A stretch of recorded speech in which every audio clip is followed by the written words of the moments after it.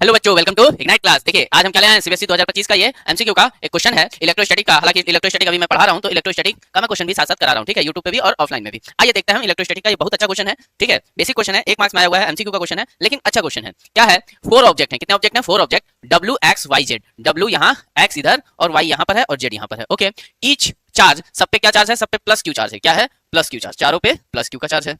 Okay, are held at the 4 point of square of side. चारों square of side पे हैं, square of side as so in figure. X and Z are the mid point, और X और Z कहां पर हैं? Mid point पर। और डब्ल्यू और वाई कहां पर हैं? कॉर्नर पर हैं, ठीक है।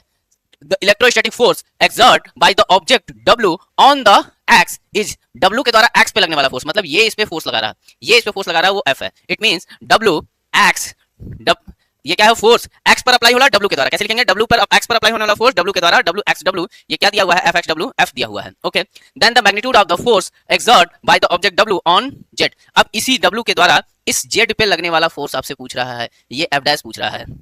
कुछ नहीं, आपको पता है कूलम लॉ। कूलम लॉ कहता है कि F इजिकल टू, ये वाला F या इधर कर लेते हैं, आइए, F इजिकल टू क्या होगा इन ये वाला कि K Q इंटू में Q, और ये दूरी, ये दूरी आप देखिए, ये स्क्वायर है, स्क्वायर है तो इसकी साइड मान लीजिए यहाँ दिया है क्वेश्चन में D, तो ये वाली दूरी कितनी हो जाएगी? यहाँ से यहाँ तक की W और X के बीच में ये दूरी हो जाएगी D/2। कितनी हो जाएगी? D/2। तो ये होगा D/2 का स्क्वायर। तो F इजिकल टू क्या हो जाएगा?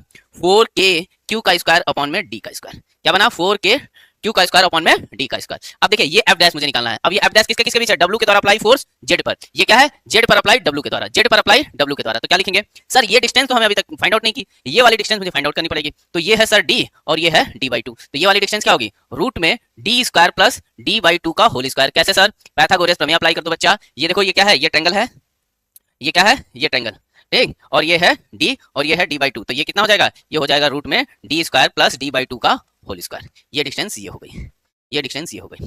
समझ आई बात? तो बस वहीं से आपको करना है, ठीक है। तो ये डिस्टेंस ये आ जाएगी। तो इसकी जगह क्या होगा? K, इसका चार्ज है Q, इसका चार्ज है Q, तो Q का स्क्वायर अपॉन में, अब डिस्टेंस क्या है? रूट में D स्क्वायर प्लस D/2 का होल स्क्वायर और इसका भी होल स्क्वायर।